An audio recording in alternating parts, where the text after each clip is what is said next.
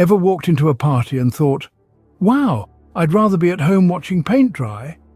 Or maybe you've been there, in the thick of the social melee, feeling like a fish out of water, desperately trying to blend in. Let's take a trip down memory lane, shall we? Picture this. There I was, at a bustling soiree, surrounded by chattering people, vibrant music, and an array of finger foods that were far too complicated for their own good. I mean, who needs a canapé with 7 ingredients? Anyway, there I was, feeling as comfortable as a cat in a bathtub full of water. I spotted a tall, slender figure standing alone, not too far off. Ah, a fellow wallflower, I thought to myself, making my way towards them. With a friendly smile plastered on my face, I began to engage in what I thought would be a riveting conversation about the complexities of modern art, only to realize I was talking to a coat rack. Yes, you heard it right, a coat rack. Now, if that doesn't scream socially awkward, I don't know what does. That little anecdote is just one of many instances that highlight the challenges some of us face when thrown into social situations. It's not that we're antisocial or don't enjoy the company of others, it's just that sometimes the pressure to say the right thing, to not make a fool of ourselves, can be as overwhelming as trying to eat spaghetti with a spoon. Why do we feel this way? Well, it's a cocktail of factors, really, from the fear of being judged to the dread of awkward silences to the simple fact that we're out of our comfort zones. It's like being a social butterfly, but one that's still snugly wrapped in its cocoon. So next time you're at a party and find yourself conversing with a coat rack, remember, at least it's a good listener. Ever noticed how people love to talk about the weather? It's like our safety net of conversation. Welcome to the world of small talk, the conversational equivalent of a warm-up before a marathon. It's the chit-chat we engage in to break the ice, to fill awkward silences, or to simply pass the time. It's not about deep philosophical debates or divulging your darkest secrets. It's about light, often mundane topics, like the weather. Yes, the good old weather, the universal icebreaker. Now, I know what you're thinking. The weather, really? Isn't that a bit boring? Well, let me share a little story. Once upon a time, in an attempt to avoid the weather talk, I ventured into a discussion about the fascinating history of toenail clippers. Yes, you heard that right, toenail clippers. You see, I thought I was being clever, veering away from the cliché, diving into uncharted conversational waters. But as I started detailing the evolution from primitive foot grooming techniques to the modern-day clippers, I noticed the blank stares, the forced smiles, the subtle attempts to escape the conversation. It was a disaster, a social Titanic hitting the iceberg of toenail trivia. The lesson? Small talk, as mundane as it may seem, serves a purpose. It's a social lubricant, easing us into conversations, creating a comfort zone before we delve into deeper topics. And the weather, my friends, is the quintessential small talk topic. It's universal, it's safe, and let's face it, it's a lot less awkward than discussing the merits of different types of toenail clippers. So embrace small talk, master the art of chatting about the weather. Whether it's commenting on the sweltering summer heat, the lovely spring bloom, or the relentless winter snow, remember, you're not just talking about the weather, you're building connections, you're fostering relationships, you're warming up the conversational engine. So when in doubt, chat about the weather. It's less likely to lead to a debate about the merits of different types of toenail clippers. Remember that time you thought you could dance like Michael Jackson after a few drinks? Oh yes, the memories are flooding back, aren't they? The rhythm of the music pulsating through your veins, the infectious energy of the crowd, the confidence coursing through you with each sip of your beverage. You felt invincible, ready to conquer the dance floor with your moonwalk and thriller moves. But as you boldly ventured onto the dance floor, reality hit. Your feet, rather than smoothly gliding across the floor, seemed to be engaged in a wrestling match with gravity. Your arms, instead of creating beautiful arcs in the air, appeared more like a flailing octopus on a roller coaster ride.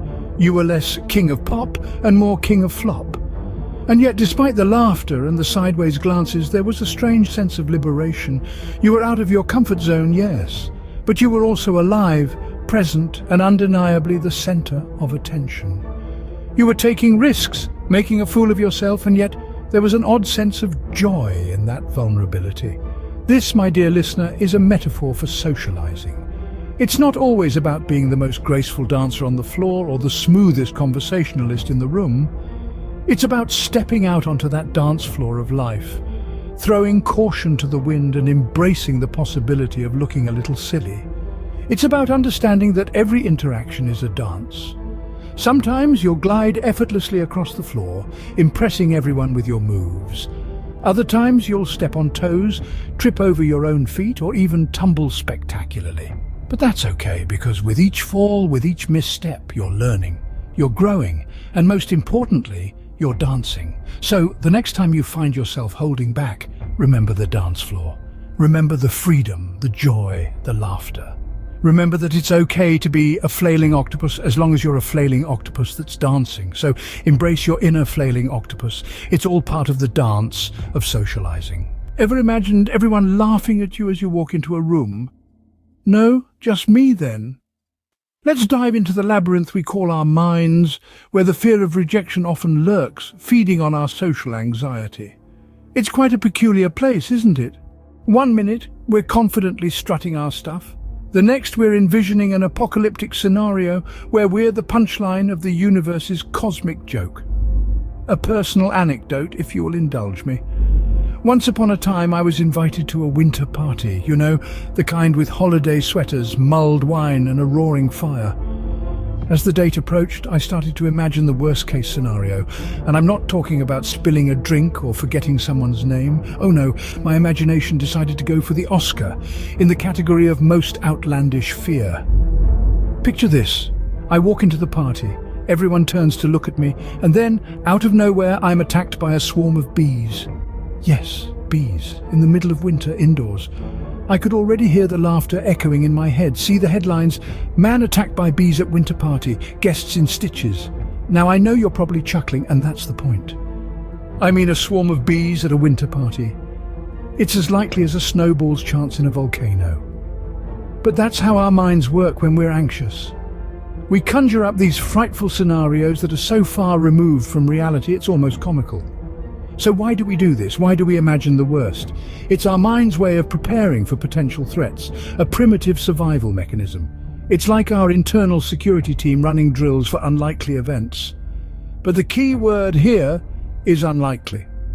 Most of the time, these imagined threats are as likely as my bee attack at a winter party. The truth is, our fears are often much worse in our heads than in reality. We're our own worst critics, and our imaginations can be our own worst enemies. So unless you're attending a beekeeper's convention, chances are your worst fears won't come true. So what have we learned? Other than to avoid beekeepers' conventions, of course. Well, for one, we've discovered that small talk isn't as small as it seems. Quite the contrary, it's a mighty tool in our social toolbox, a veritable Swiss Army knife for conversations.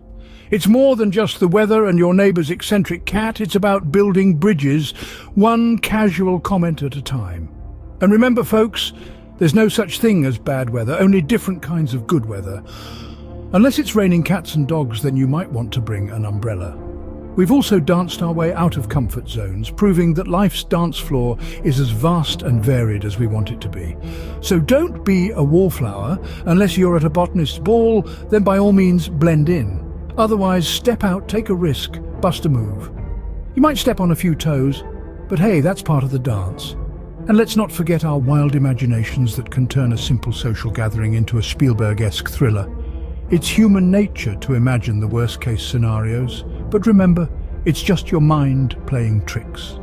And unless you're attending a clown's reunion, chances are things won't be as scary as they seem.